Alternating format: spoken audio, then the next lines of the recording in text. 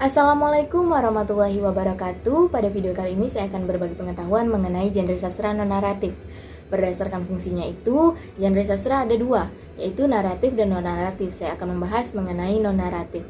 Menurut Pradopo dalam Ilmu Stian 2016 halaman 45 mengatakan bahwa non-naratif merupakan aktiviti yang bersifat peluhan jiwa yang padat. Sedangkan menurut Walek dan Waren 2014 mengatakan bahwa aspek non-naratif ini lebih padat dan memungkinkan seseorang guru membuat improvisasi agar dapat menguraikan lebih banyak karakter tanpa menggunakan buku teks sastra sebagai bahan pengajaran.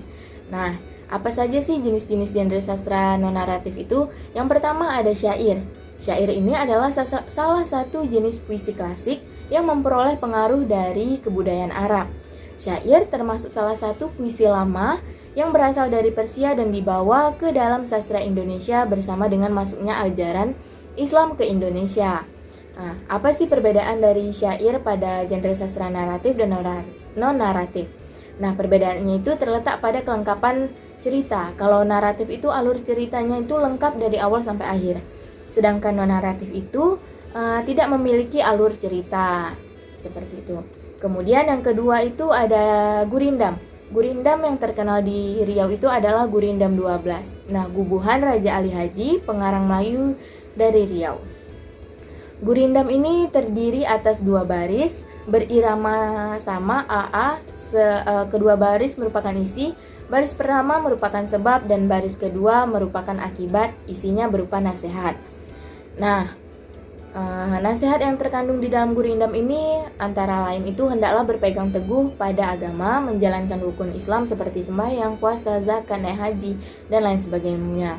Kemudian janganlah dengki, jangan sombong, jangan bohong, dan bakil. Kemudian ada budi bahasa hendaklah dipelihara dan masih banyak lagi. Contoh gurindam 12. Kemudian yang ketiga itu ada nazam.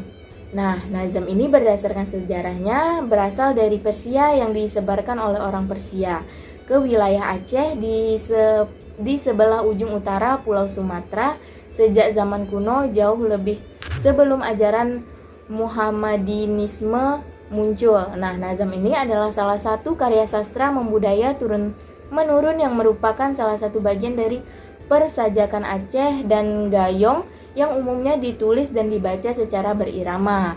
Nah, nazam Kampar itu ada dua, yaitu nazam naratif atau cerita dan non-naratif atau bukan cerita. Contoh nazam pada genre sastra non-naratif ini ada nazam Nabi Lahir, nazam Nabi nazam burung, nazam. Contohnya selanjutnya itu ada distikon. Nah, distikon ini merupakan sajak dua seuntai yang artinya puisi tersebut tiap baitnya terdiri dari dua larik. Contohnya itu pada puisi Hang Tuah Amir Hamzah. Kemudian ada terzina. Terzina ini sajak tiga seuntai yang tiap baitnya itu terdiri dari tiga larik. Contohnya pada puisi Cinta Madah Kelana Sanusi Pane. Kemudian ada kuatrain, yaitu merupakan saja 4 seuntai yang artinya dalam tiap baitnya terdiri dari 4 larik. Contohnya pada puisi Hamba Buruh karya Armij Pane.